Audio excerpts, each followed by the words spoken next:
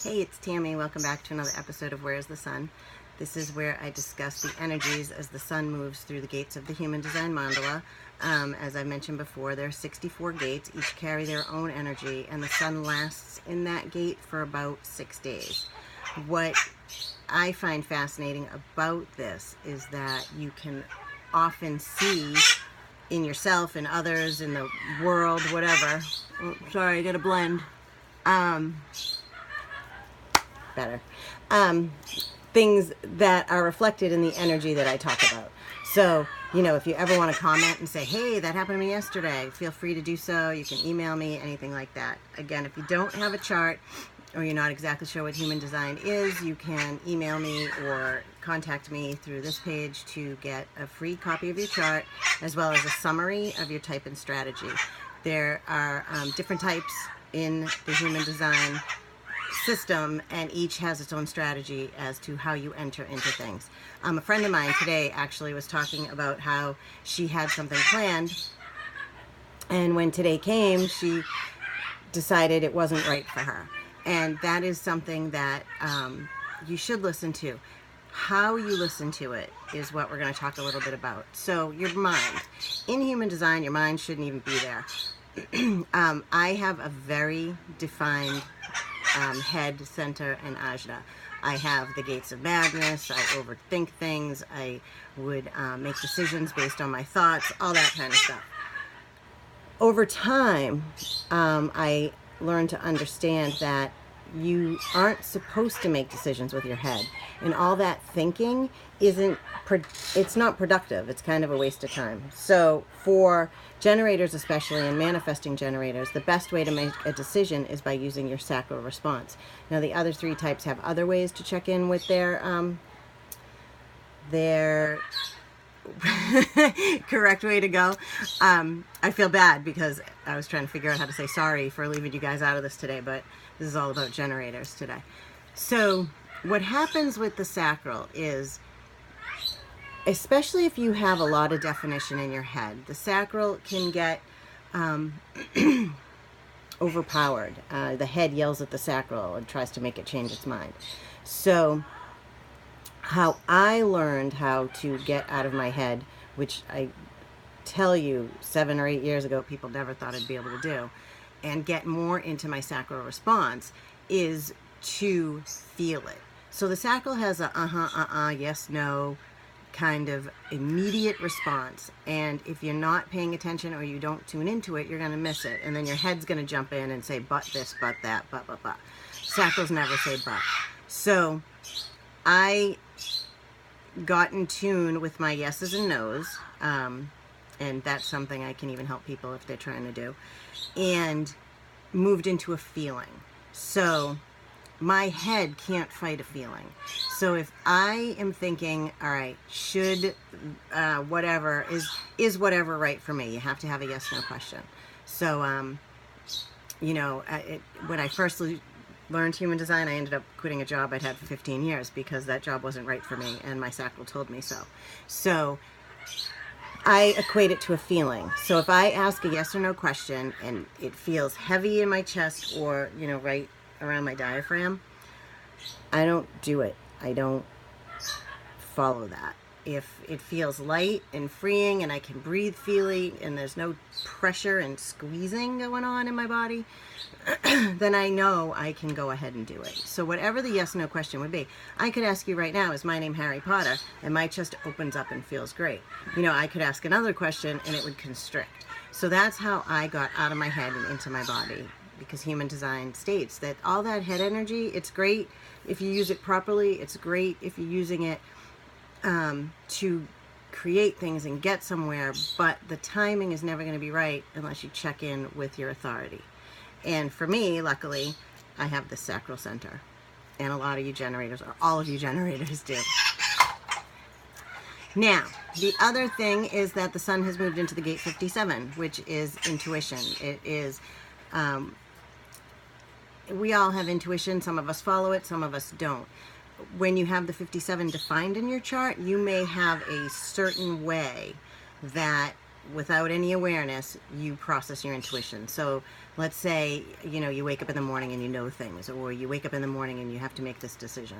And that's great. You should follow your intuition. However, before I jump into what my intuition tells me, I check with my sacral. Your sacral is never going to bring you into a situation that kills you, basically. It's a primal survival instinct. You might get into situations that hurt, or that you need to move forward through, or that are a lesson, whatever you want to call it. But your sacral is never going to take you to a place of like total devastation and life loss or anything like that. I can tell you when I did leave my job, and then I left my husband, and then I kept a part-time job for a very long time, I was fighting with my sacral. I was like, are you sure this is what I'm supposed to do? Am I just supposed to be this poor? And yeah, it's been a struggle, and now I have a full-time job again. I'm doing much better and whatever. I have a lot of jobs. But in that, I'm happy. I'm happy with my life. I'm happy with what I do. I go to bed every night knowing that I helped somebody. And that was really important to me to feel that way. I couldn't do that in the straight, back office financial industry. I just couldn't. It didn't make any sense to me. So although I was awesome at it, and, I at times enjoyed it, it wasn't what was right for me. So those are things that you can ask your sacral. And it might not always be easy. Your sacral, like, I don't know, I've been following it. Sometimes it brings me to some weird places. Sometimes it brings me to some places where I'm not sure I'm going to get out of them. But I trust it more than just about anything else. So I use that in conjunction with my intuition. So my intuition might be telling me something, and then I check in with my sacral. Again, if you don't have a sacral, you can look up what your authority is. And if you have a question on how to utilize that, you can let me know. But basically, intuition is something that you shouldn't ignore. However, that being said, the 57 in the human design chart is also a fear gate. It's the fear of the future. It's the fear of how things are going to happen, how things are going to turn out, what things are going to be.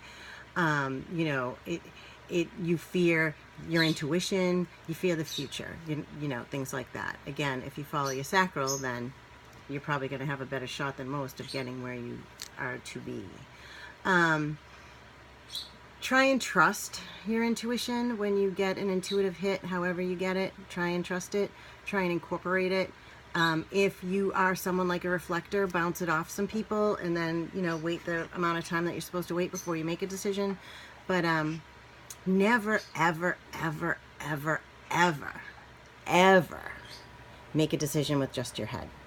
Last week I was talking to a bunch of people that had done things, and I tried to explain it to someone else, but it didn't come across right. It wasn't the right time. I wasn't asked for the information, and as you know, I have to be asked for information in order to be heard correctly.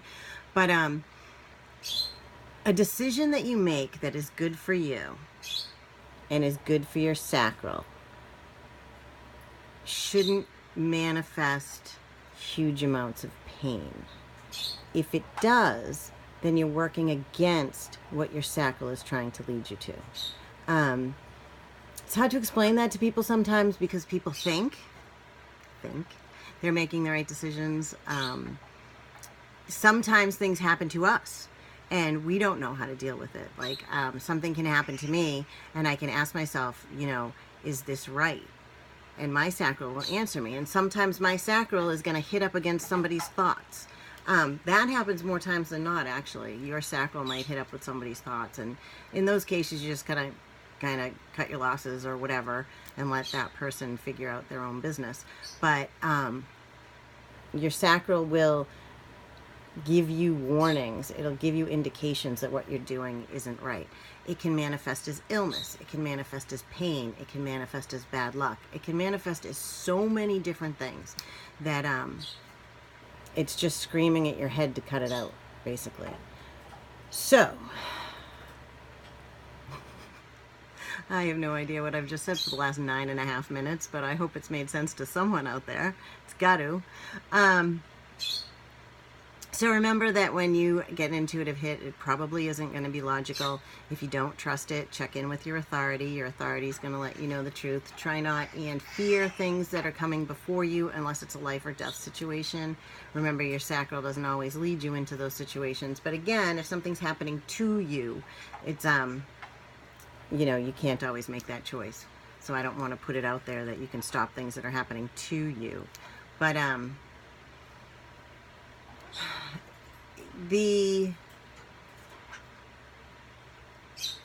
way, if you're not sure how you get your intuitive information, there are other things in your chart that can assist with that. So you can let me know if you have a problem with that. A lot of people that have open heads will get energy from others that, you know, ideas, thoughts, ideas, things like that, that other people like me are pushing out into the universe.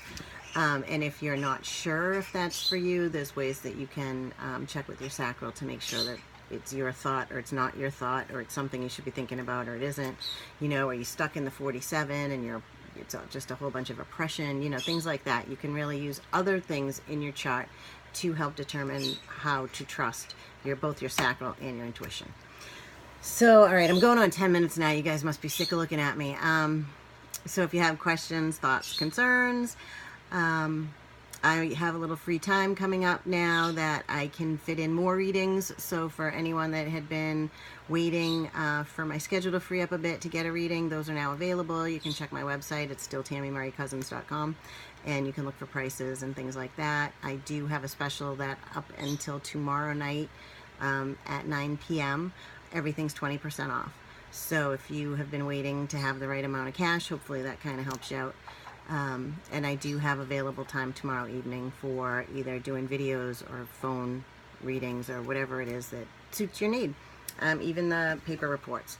So I hope everyone is well. I hope this is helpful, and for the next 4 days or so, you know, play with your intuition, play with your sacral, or whatever your authority is.